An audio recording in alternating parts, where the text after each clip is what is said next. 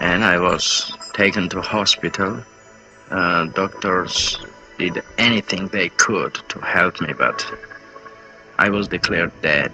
I realized I was out of my body when I was suddenly looking at this light. Out of that light stepped the most amazing being I have ever been in the presence of. It was just total selflessness, understanding, kindness, all-consuming love, wonderful love.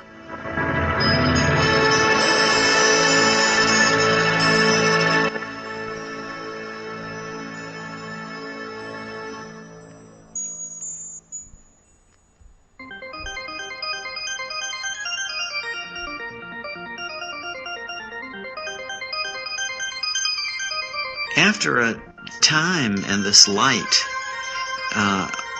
all of these people have to pay a return trip back. What they tell us is that the reason they chose to come back was not for themselves, because for themselves they would rather have stayed with this presence of love.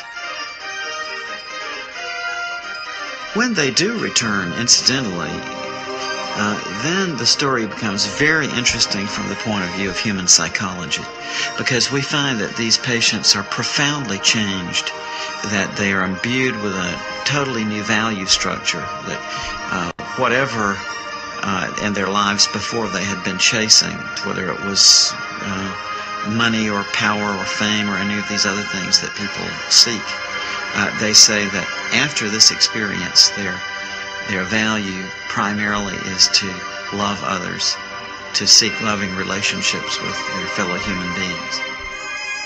And also they tell us that they have no more fear of death whatsoever.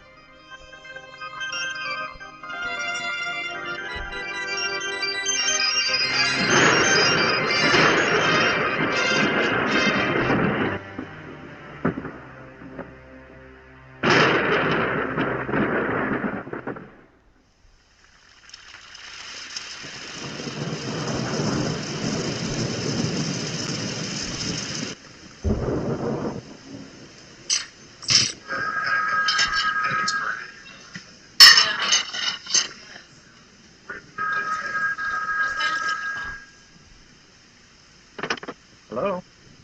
Oh, hey, Mom. How are you? Oh, no. What's the matter? What's happened to him? Oh, no. Oh, no. I was shocked when I got that phone call. The one that nobody ever wants or ever really expects to get. There's just so many feelings that I really want to share. I just want to be there. Okay, well, I'll see you soon. Mom, I love you. My dad was fighting for every breath of life, and it didn't look very hopeful. Even though we lived 600 miles apart and only saw each other on holidays, at least we were on the same planet. And we could pick up the phone and say hello. The likelihood of losing all that seemed almost impossible to grasp.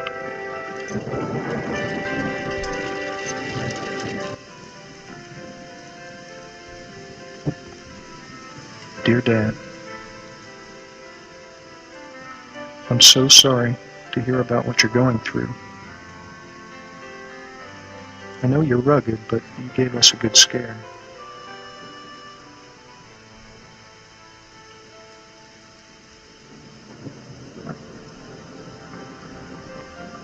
Dear Dad, I'm writing you this letter because I don't know if I'll ever see you again, yet I have so much I want to say. Dad, do you remember several years ago when I was still grieving over the death of Suzanne? I found a great deal of comfort in some books I was reading about dying. It was at that time that I met a doctor of psychiatry, a researcher named Dr. Raymond Moody. I'm sending a copy of a book that he wrote, which was a great deal of help to me then. Dr. Moody has observed a pattern that occurs in people the world over, regardless of their culture or religion. As a matter of fact, the prior religious beliefs or background of the person doesn't seem to have much to do with whether or not they have an experience and even the content of the experience. We've even had people who say that prior to their experience they were atheists or agnostics who have very beautiful and full-blown near-death experiences. Really? And do they remain atheist and agnostic? Not at all. Once they come back, they tell us that they're totally transformed and they have no more doubt whatsoever that there is a God and that there is a life after death. It's about his research on the stories of people who have approached death, many of whom actually had the experience of dying and then were revived and lived to tell about it. What happened is I felt like I'd been hit by a train. But what had happened was I was talking on the phone, holding the telephone like this. The lightning came down the phone line, entered my neck.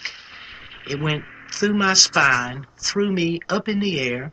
As it threw me in the air, it knocked me out of my shoes and welded the nails in the heels of my shoes to the nails in the floor, which is how I was grounded and I didn't explode. Before I shot myself, I measured like we did in CPR to find where the heart was.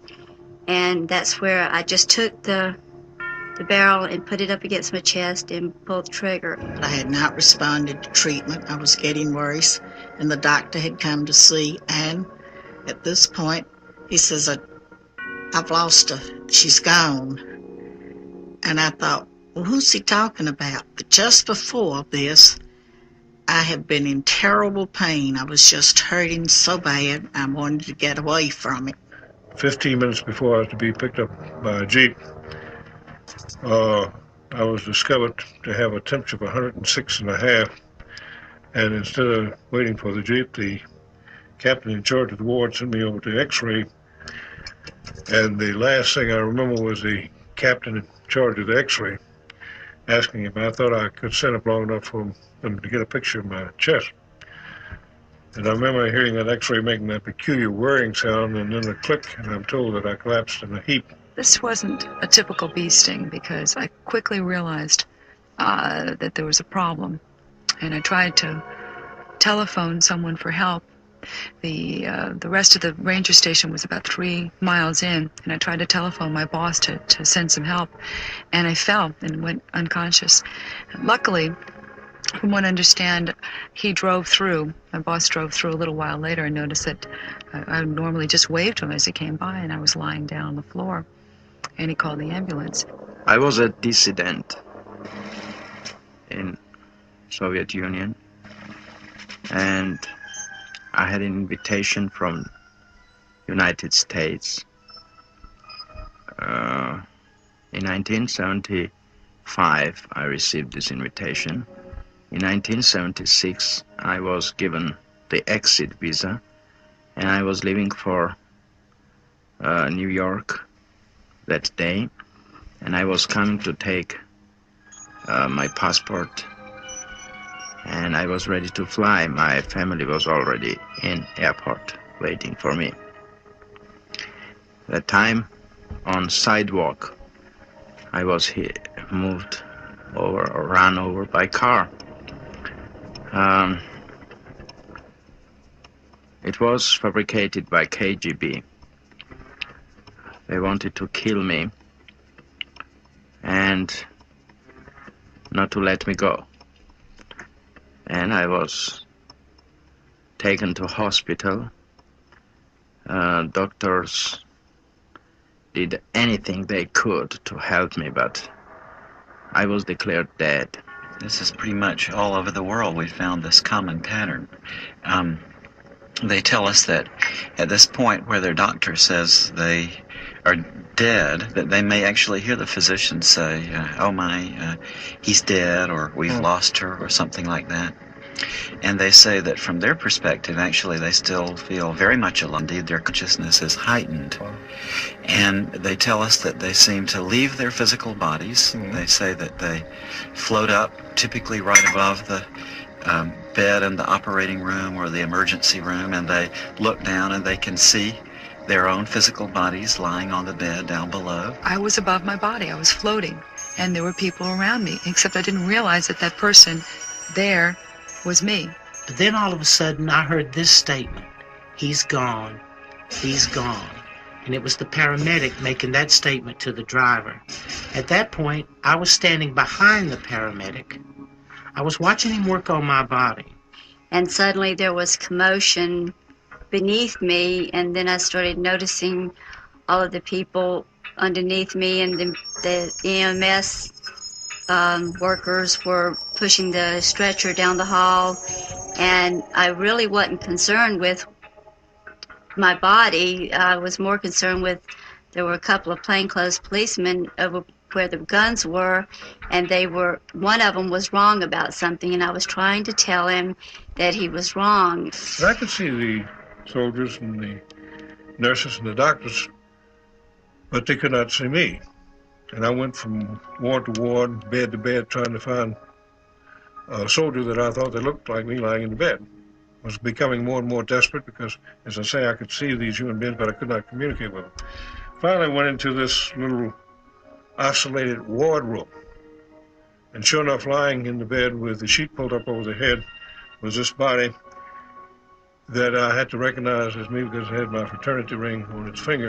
And there was this slight buzzing at the ear, and I felt myself pop out of the body. I don't know how I came out. I was just suddenly out of the body. And I sat down on the head of the bed a minute to look around. Then I felt myself float up to the ceiling, and I was looking down, and he said, "She's gone." And I couldn't believe it, and I thought, well, who's gone? And I was trying to look down to see. And I felt presences with me. Guardian angels is what they were, but I called them guides. I was suddenly looking at this light that seemed to be in the corner of the room. But the first thing I thought was, "Where did you come from?" And she said, "I've always been here, but you weren't able to see me before."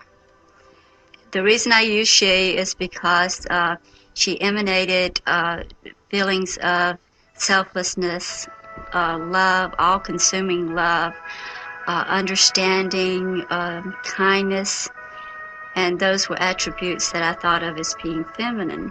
After a while in this, they say that they begin to feel an indescribable feeling of bliss, that it's something that transcends words, that we can't put it into the language that we have in everyday life. One man, for instance, told me that although he was in great pain in his chest prior to leaving his body, as soon as he left his body, that he was overcome with a tremendous sense of joy and peace, a kind of ecstasy. There was absolute freedom of your soul and body, and this amazed me. And this was very interesting too. I was happy to be in such experience because I could see their thoughts. I could see everything what was happening. I could smell, I could hear, and I could see their thoughts. This was the main thing what was very, very making me happy and proud. I don't know if this word is good to use here or not, but I'm proud of that I can see their thoughts. But I can remember that it felt very exciting to be above and to be out and looking down and not threatening at all. Then I knew I was supposed to be keeping up with my body, so I followed my body through the hall and out the front door. And there's something about being outside when you're out of your body, but when I got outside, it was just wonderful. But it seemed like I was always just kind of looking through the ambulance because I was enjoying being outside. It's really kind of a nice experience with the lights and everything and the feeling of lightness. As I have come out, I'm in no pain, but I'm also just free of everything. I'm no one's wife, mother, or daughter. I'm just myself alone. I have the distinct memory of always trying to look at myself and thinking how much better looking I thought I was than that. Because this guy was ugly, he was in trouble, and he had these blue lines all down his face. And I was happy, truly happy, to be away from that body. They could have it. And I did not feel one bit of remorse or sadness, no matter what had happened. But it was not bothering me. I saw my body and I hated it, and I didn't want to come to my body back. It looked like this sort of feeble, sick person. And it didn't dawn on me until it seemed like many minutes later, I'm sure it was a flash, that that person was me. And that they were trying to revive me because I was dying. And in fact, my heart had stopped. There's a skeptical part of me, too. Mm-hmm. And I wonder sometimes whether or not this might just be people's hallucinations that they're going through, or just a natural shutting down process when the brain is dying. Mm-hmm. I used to wonder about that myself, Peter. What has turned me around on that issue is that so often these patients are able to give us very correct descriptions of what was going on during the resuscitation from a point of view they couldn't have had from the perspective of that physical body lying on the table. For instance, my friend Kim, who works at a medical university out west, was telling me that she was involved in resuscitating a young patient named Maria. And Maria had been believed dead, but was successfully revived, and when she came back to consciousness, my friend Kim happened to be standing there by her bedside, and Maria grabbed onto Kim and said, during the resuscitation, when she was out of her body, she drifted outside of the hospital entirely and saw an old shoe on a ledge on a window outside an upper floor of the hospital. And Kim was actually able to go there and to verify that the shoe was there exactly as the patient had specified. Really? And all of a sudden, I'm aware of people out in the hall. The room had been sealed off because he was going to do surgery in the room. So I immediately went out through the door, did not open it, just went out. I was immediately on the other side in the hall. But I go up to my daughter and I try to make her hear me. Kathy, go home and change your clothes. I couldn't make her hear me, so I went to her dad. And I said, Judd, take Kathy home, change her clothes. She shouldn't be out like this. While they were in the hall there and I was trying to send them home, a brother of my husband's came up. And he was talking to him, and he had gotten worried to come. And one of his neighbors was also in the hospital, and he came up and started talking to my brother-in-law, wanting to know what he was doing at the hospital and what he was going to do that weekend. He said, well, it looks like my sister-in-law is going to kick the bucket, and I was planning to go to Athens, but I'll stick around now to be a pallbearer. Later, I was also able to talk to him. He didn't want to admit it, but he did admit this is what he had said. And I laughed at him because it embarrassed him.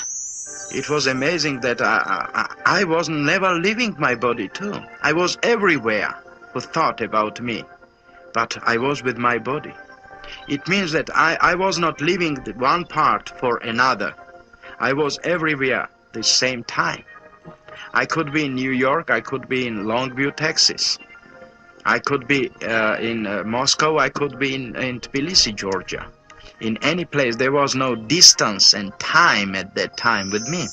And this time I'm thinking, I want to see my sister. So I immediately find myself in Rockville, Maryland at her home. And she's getting ready to go grocery shopping. She's wearing a beige suit with a green blouse. She's had to go over the house and look for her keys that she had misplaced, had to find her grocery list. And finally, she walks out her front door to get in her blue Monte Carlo Chevrolet. And I feel there's no need for me to go to the grocery store with her, so I let her go on. And I'm going to pop over then to another sister who lives a few miles away from her.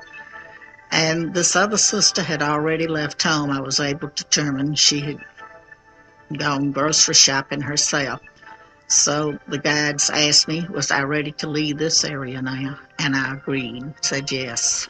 About 2 weeks after I had this near-death experience, I was in contact with my sisters, and I brought this fact up to her and described, and she said, well, how did you know? I didn't see you. You weren't here. I could communicate with the children, with very little children who couldn't speak and who couldn't walk and who were very little, and just coming from that place where I was going. And this was amazing communication with them, spiritual communication. We never spoke in words. We spoke in mental communication. And she had broken hip, and nobody understood why she was crying so loud.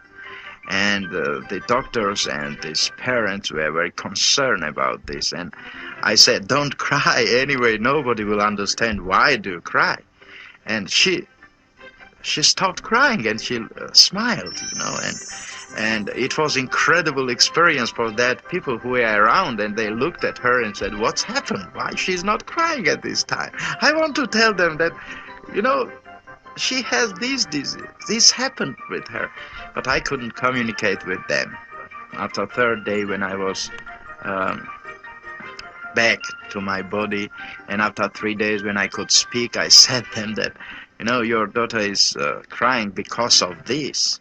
She has a broken hip, and you know, and this is the diagnosis which you are seeking on, you know, and they found that it was truth, you know. They were shocked and they were surprised. I've also wondered whether or not people may not just be going to places that they've known before in their memory.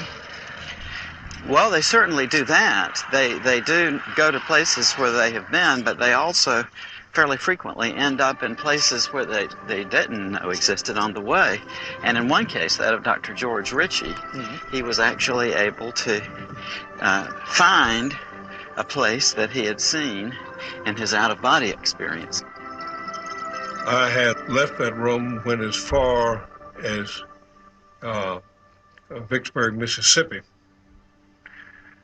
Saw a man getting ready to go into a white all-night cafe there on the corner of a street there in Vicksburg, and asked him if he could tell me if I was going in the right direction to get to Richmond. And this man acted the same way that a ward boy had in the corridor that I passed as I was going out of the hospital, like he could neither see me nor hear me. Actually, I walked right through the ward boy going out. But I was so determined to get back to Richmond that never even stopped me. And when this guy couldn't see me, then I realized that there was a vast change. Something was wrong, that these people could neither see nor hear me. The way that I know that it was Vicksburg, Mississippi, because 10 months after this experience, I came back through Vicksburg and recognized the white all-night cafe on the corner. Time and distance, as you and I comprehended in this room, simply does not exist, because simply by wanting to be heading back towards Richmond, apparently I was. And before I tell you about the most adventurous kind of out-of-body traveling, I want you to promise me that you'll come to visit me and say goodbye before you actually leave this world. There are occasional reports from people who experience another dramatic form of traveling, that they actually leave their body, zoom up above the Earth, and travel far into space and see the Earth down below. Dr. Carl Jung, the great Swiss psychiatrist, was an example of this phenomenon when he had his near-death experience in 1944 in a heart attack. At the beginning of 1944, I broke my foot, and this misadventure was followed by a heart attack. Extremely strange things began to happen to me. It seemed to me that I was high up in space. Far below, I saw the globe of the Earth bathed in a gloriously blue light. I saw the deep blue sea and the continents. I could see the snow-covered Himalayas. I knew that I was at the point of departing from the Earth. The sight of the Earth from this height was the most glorious thing I had ever seen.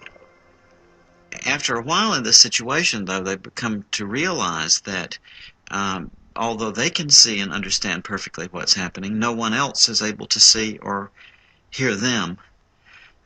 So they seem to undergo a state of turning inward of the sense of identity, if I could call it that.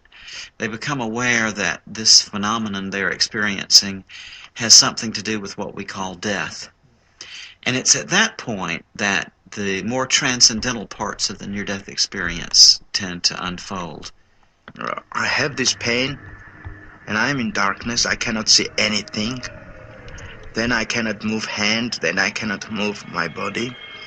And then I understood that I have nothing, but I am. And it scared me. Fear, unknown. Why are all people afraid of darkness? Because they don't know what is in darkness. The fear of darkness is because of unknown. Ununderstandable makes you to be afraid of something. That's why I was afraid too. I was afraid of this darkness. I was afraid of being there. But more afraid was that I was somewhere without my body. But I was.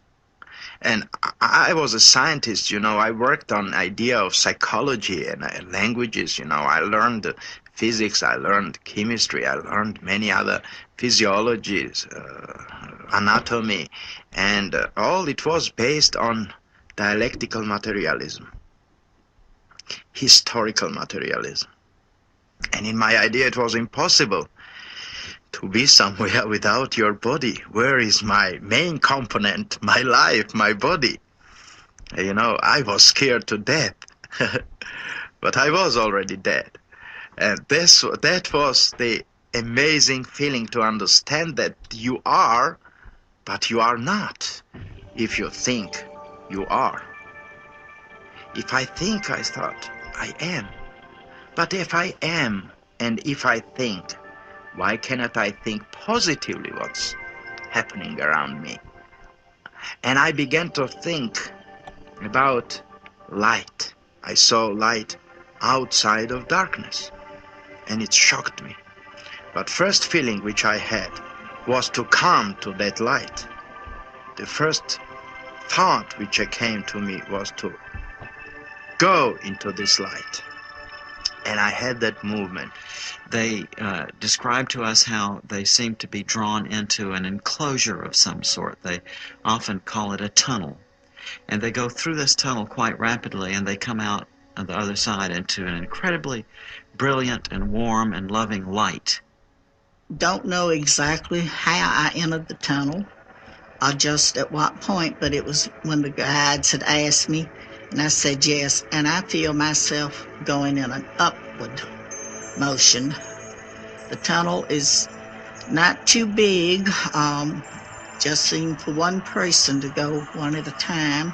It doesn't touch you, or I didn't reach out and touch the walls, but it's black, and I feel myself going up and looking at light, bright light at the end of the tunnel.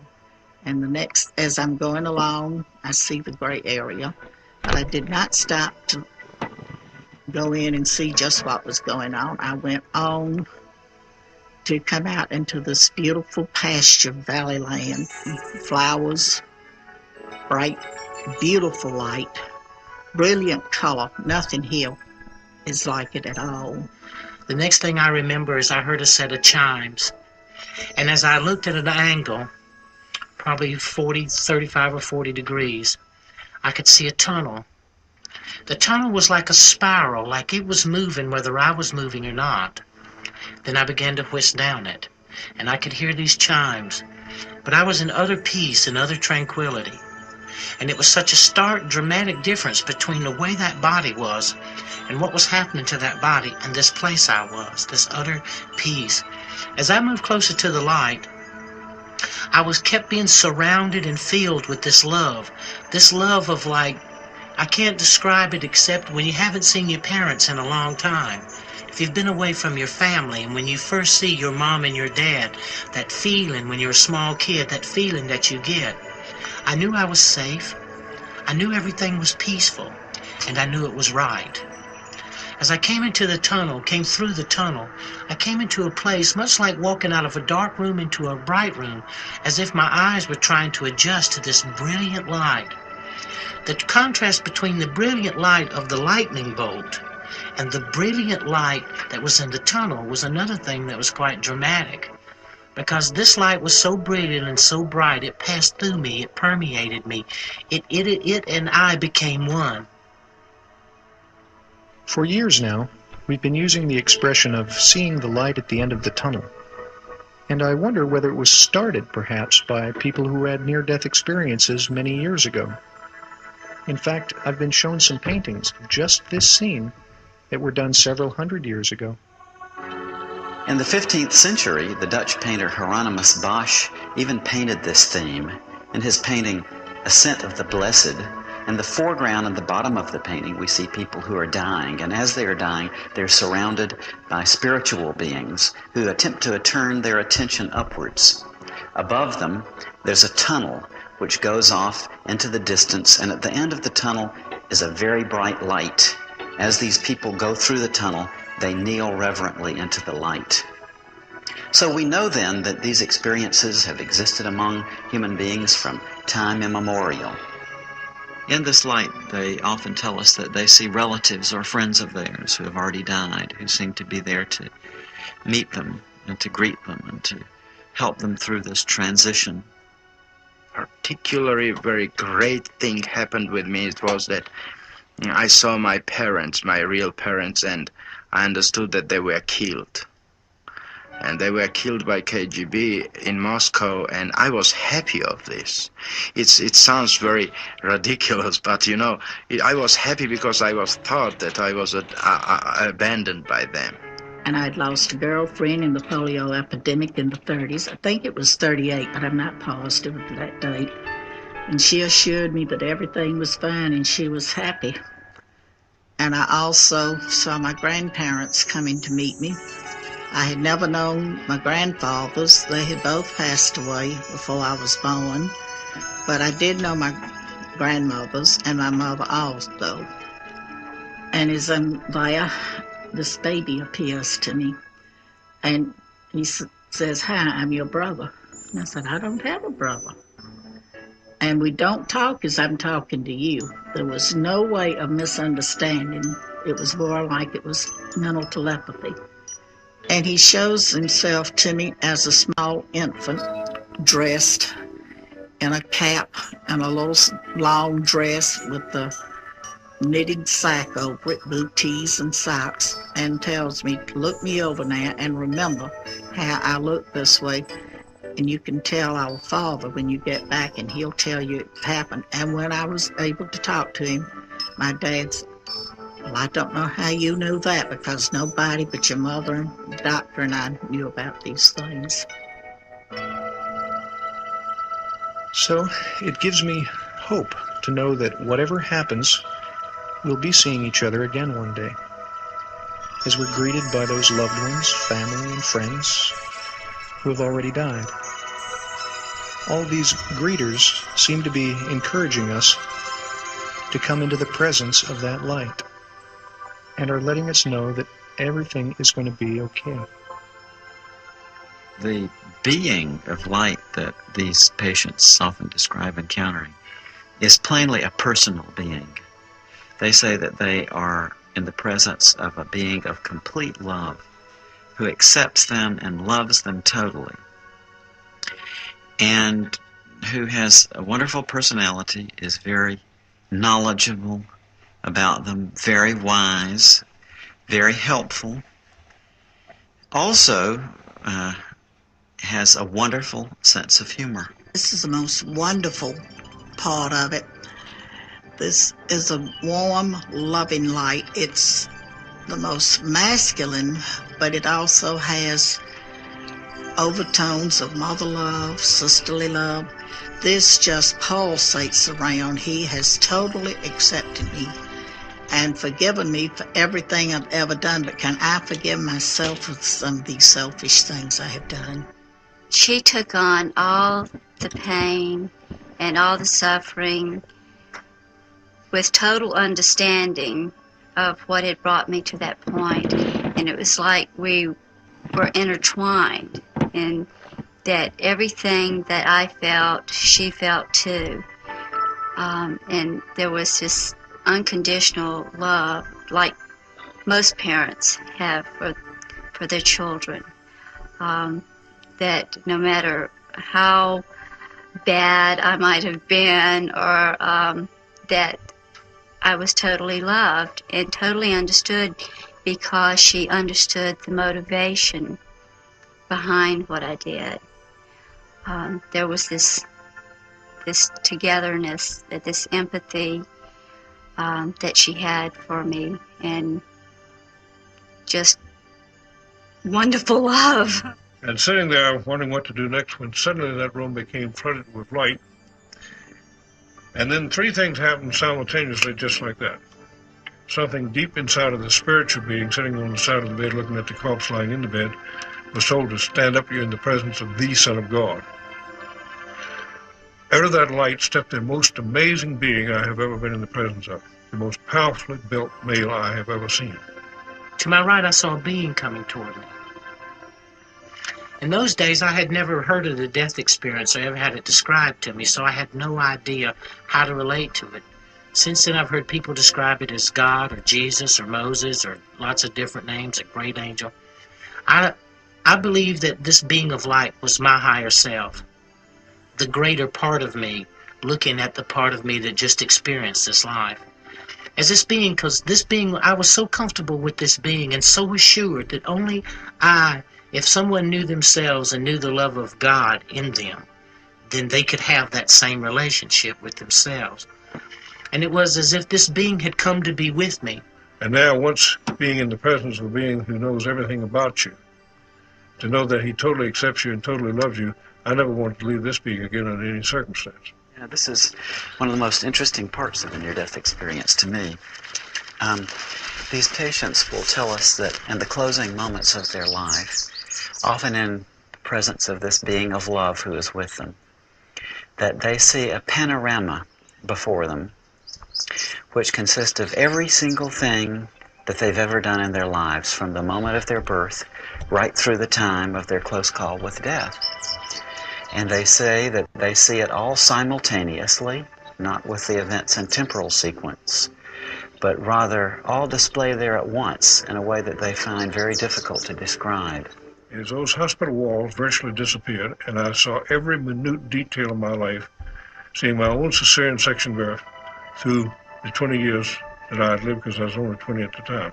With the light, there is this panoramic view of my life.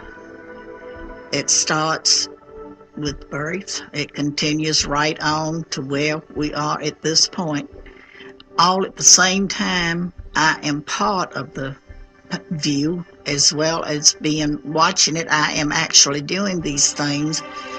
I guess it's a speeded up version of a camera that just runs double time or something. But I actually had the feelings of what was going on as I saw it, and also standing off to the side and being able to look around and look at the different things that went on at different times in my life. I saw all my life, but it's in that dimension which cannot be described. This was holographical view of being inside of your life, and then being as a viewer, participating the play of theater which happening there. But it is you, and you know that you are this. At Disney World, they had this Kodak ride where you sit in this seat and you go, there's this movie that surrounds you, and it makes you feel like you're a part of the action, and you can even get butterflies when there's a big drop or something.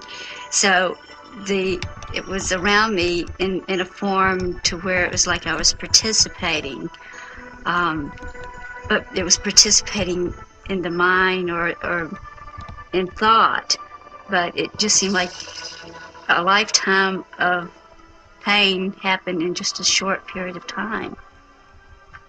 If I had a panoramic view of my life, Every feeling, every thought, every action, every deed, all at the same time. The same time. And as it started happening, I began to see how I affected the person that I had the encounter with, or the experience, whether it be me personally or whether it be someone else. And then how they were affected. How it was one step removed from us and how they were affected. And believe me, there is nothing hidden in your life. If you imagine this panorama of your life as like a still pond, and each action in your life is like a pebble which you flip into that pond. At the point where that pebble impacts on the surface, you see ripples going out. Right. But he said that as these ripples in this panorama impinge on others, then you can see the secondary effects going off from those people in the form of ripples. I see. So I think it illustrates how tied in we all are to one another in this life, how profoundly our actions and our feelings affect others. And of course, in this life review, we're made aware of that in a very profound way. And people say, too, that it's not the events in your life that you would necessarily expect which get reviewed. It's not the big accomplishments, but rather the simple acts of kindness, often things that you would even have forgotten. You will see the things that you did out of your heart, helping an old woman, picking a kid up, helping someone, an action that you take, uncalculated, unthought, just out of goodness of your heart. These things herald through the universe, not your great accomplishments, not what you achieve or what you think has value. The little things have value. And what I had always thought was important and nice things I had done, they didn't even count for anything. It's the little unknown things that you do for one another. And love there is always helping to give others a love and helping hand along the way. And at the same time, you're benefited because you're receiving also. And the question was, what have you done with your life to show me? Well, I'm looking around this panoramic view, and I'm hoping that you'll notice some good things. And of course, I'm trying to pick the best thing, and hoping you won't see some rather embarrassing things that happened to me as a teenager. And I thought, well, I was an Eagle Scout. Immediately came back that glorified you. Again, to answer the second time. What have you done with your life? But this time the emphasis was on to show me. But I understood what he was saying. He was asking me, had I learned to love my fellow human beings the way that he totally accepted and loved me? And when you look at it from a place to review and to be critical of yourself, not to be judged, to be condemned. There is no condemnation in it. There is none. There is nothing but, hey, look at yourself. Look who you really are. And look what you've done. And then give it a value in the eyes of God. The death experience gives you a value of what that love is. That you are so deeply loved and that you yourself so deeply love. You begin to sense a part of yourself greater and far more magnificent than you ever give yourself credit for. Frequently, too, people tell us that this being is also interested in the knowledge that they've acquired in this life. If there's a scene in which one is seeking knowledge by taking a course or attempting to understand something, that this being comments in an almost offhanded sort of way, that even after we die, the process of learning goes on, and that what we learn here we can take with us to the next realm. People say that love primarily, and then in a secondary, almost grace note sort of way, that it seems to be the knowledge and the understanding we acquire. How interesting. After a time in this light, all of these people have to pay a return trip back. And it's very interesting that when they do, after having been in the presence of this being of love and light for a while, they literally don't want to come back. They resist the attempts very often made to send them back. I never wanted to come back. I wouldn't have traded, and I would not trade today. For the few moments that I got to spend on the other side, I wouldn't trade 20 of these lives. And when I had to come back, I came back dragging, kicking, and scratching because I didn't want to. And I'm told then Are you ready to go back? No, I want to go on to the City of Light. No, don't you want to go back? And I could hear my daughter and look back and see her and my husband. They were saying, "Vi, don't go. Come back to us. Mama, I need you. Mom, come back."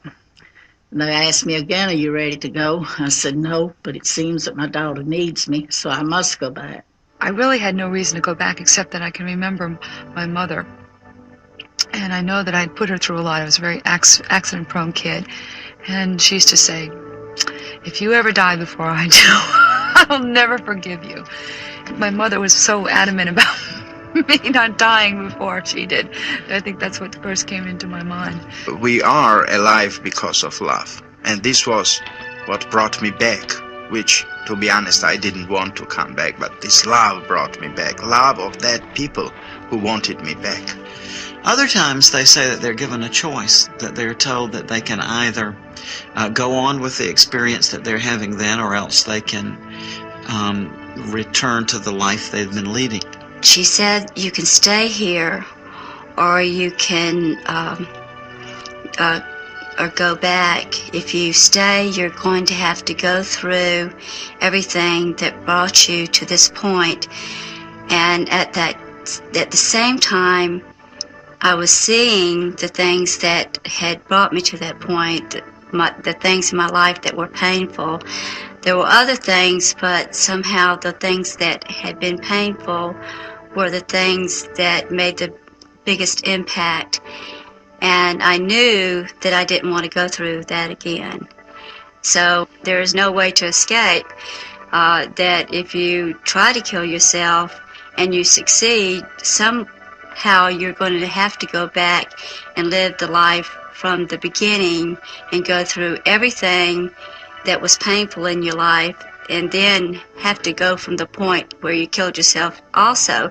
So you're not escaping. And people will say to me, they say, "Well, Daniel, what about hell?" I'll say, "Well, they didn't bring it up, and I darn sure didn't.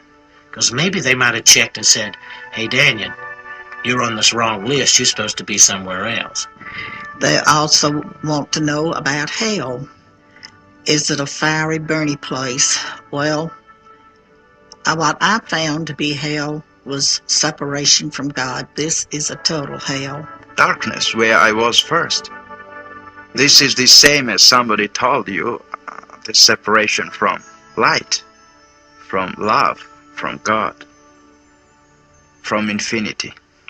Of course, this is hell. That's why suicide was condemned by all religions. That's why they are telling that you will go to hell. It means you will go to nowhere.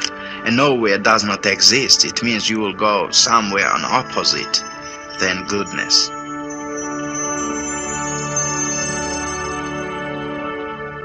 Very often they're told, "It's not your time to die yet. You've got things left to accomplish, so you must go back."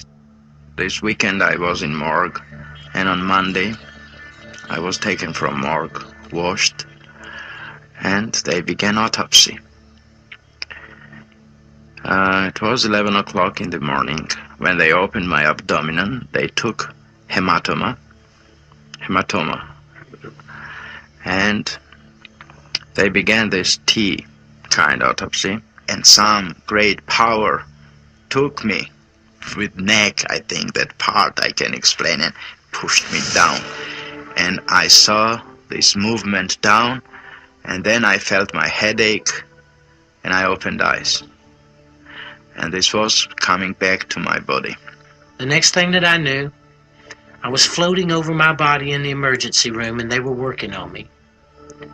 Then they stopped working on me. They put a sheet over me.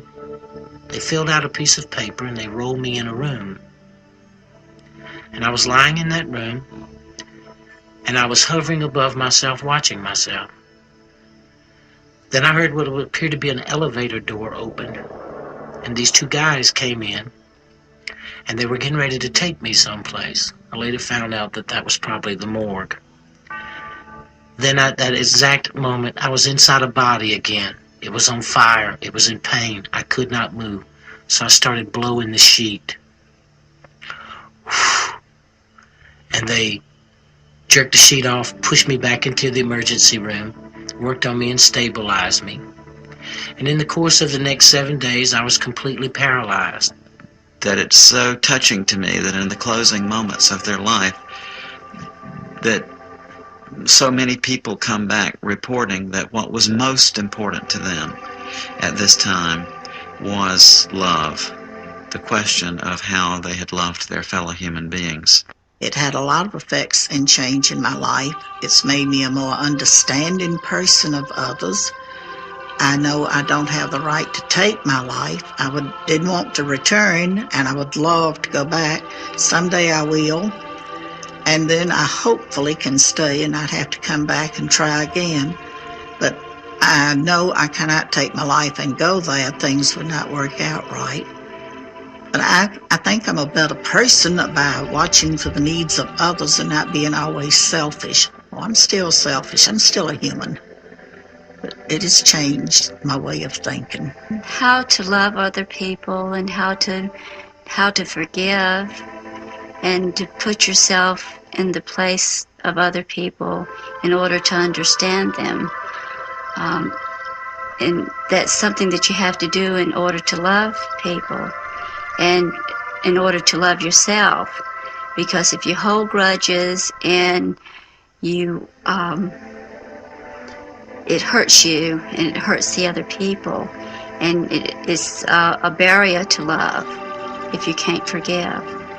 You don't necessarily have to forget when people hurt you, but you have to understand them and forgive them. And I think that is the most important thing about love that I've learned, and how to look at how we're alike rather than how we're different. This is the main message which I brought back, that love is what cannot be changed. This is everlasting. And love is with life always together. Love, what keeps this world alive. Love as an eternity. Love as a basic of humankind. And we are alive because of love. I think the most important point about the death experience is that it is orderly. And the fact that small children, all the way to grown people, have similar experiences. And if people could understand that if they would pay more attention to each other and to care and have faith and hope in each other, we could also begin to believe and have faith and hope in the true nature of the love of God. And not God in a religious value, but God in a spiritual value. That through love all things are truly possible. And also they tell us that their fear of death is totally gone after this, that they have no more fear of death whatsoever. I saw life as a infinite life, infinite light, as a everlasting being. We cannot die because we are already created to live forever. The dimension of spirit is everlasting life. The third thing that I have learned is that life is forever. Death is nothing more or less than a doorway, something you walk through. Death does not exist. Don't be afraid. Death is only the part as a station, railroad station, where you come always to go to another life. I find it very comforting and encouraging to hear from so many people who have explored life beyond physical death that life goes on. So I know it's true, if either of us went tomorrow, we'd be joined again in what must seem like an instant. Back in a flash, as you always say.